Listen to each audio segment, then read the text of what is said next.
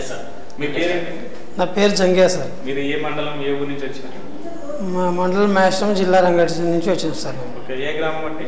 నాగేడిపల్లి sir. So మీరు ఎన్ని ఏళ్ళ బట్టి వ్యవసాయం చేస్తున్నారు? 10 సంవత్సరాలు సార్. మీకు ఫసల్ సర్వీస్ గురించి ఎలా తెలిసిందండి? సార్ అక్కడ కృష్ణ సార్ 3 సంవత్సరాల కింద వచ్చి మాకు అన్ని చూపించిండు సార్. ఓకే. అక్కడ నుంచి మాకు తెలుసు. సో ఎన్నాళ్ళ నుంచి వాడుతున్నారండి ఫసల్ సర్వీస్? 3 సంవత్సరాలు సార్. మీరు ఏ ఏ పంటలు పండిస్తున్నారు? టమాటా, బెండకాయ, బీరకాయ, ఈ పచ్చిమిర్చి కూడా పండిస్తాం సార్ ఇక్కడ. సో ఏ ఏ మార్కెట్లకు ఎక్కువగా వెళ్తుంటారు మీరు? శంషాబాద్, గుడ్డి మల్కాపూర్, మాదానపేట సార్. ఓకే. సో ఈ సర్వీస్ మూలం మీకు ఎలా లాభంగా ఉందండి?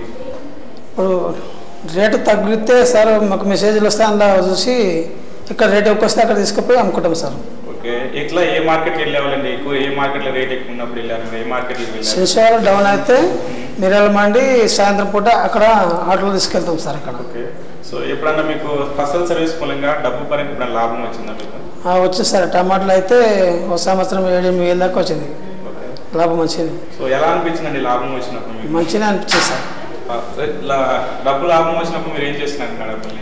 మా పిల్లలకు చదివించుకోవడానికి, మా తల్లిదండ్రులకు చూసుకోవడానికి వాడుకుంటాం సార్. ఓకే.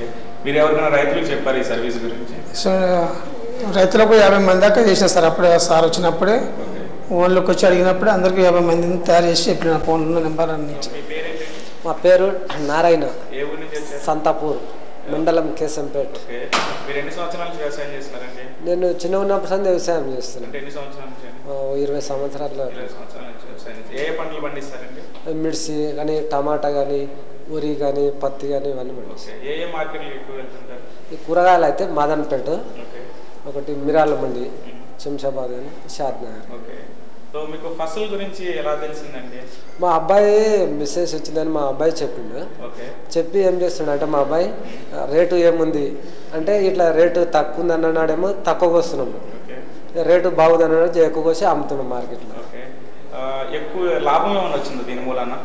అంటే మెసేజ్ వచ్చిందంటే రేటు మనకు తెలుస్తుంది కాబట్టి ఎక్కువ రేటు ఉన్నప్పుడు ఎక్కువగా వస్తున్నాం కదా, అట్లా లాభం వస్తుంది. ఎంత వచ్చిండొచ్చు లాభం? ఇట్లా అంటే ఇప్పుడు ఒక బాక్స్ అంటే ఒక 10 kg ఉంటుంది. దాని నుంచి దానికాడ ఒక 10 రూపాయలు ఎక్కువైనా ఒక 10 కాడ 100 అంటే అట్లా ఒక 1000 రూపీస్ అని 2000 అట్లా లాభం వస్తుంది. మీరు ఈ సర్వీస్ ఎవరికైనా చెప్పారా మీ ఊళ్ళో ఎవరికైనా? మా అబ్బాయి చెప్తుండే, నేను కొంతమందికి చెప్పిన ఇట్లా నాకు మా అబ్బాయి చెప్తుండే కాబట్టి నేను ఇట్లా చేస్తుంటే ఇట్లా నాకు బాగుందని కూడా కొంతమందికి చెప్పిన నేను. ఓకే. సో మీకు ఎన్నాళ్ళు బట్టి తెలిసి మీ అబ్బాయి చెప్తున్నాడు మీకు ధరలు? ఒక 1 year అవుతుంది. సో మీరు 10 లక్షల రైతుగా రిజిస్టర్ అయ్యారు, మీకు అది ఎలా అనిపిస్తుంది? ఇప్పుడైతే మంచిగానే ఉంది సహజ బాగా.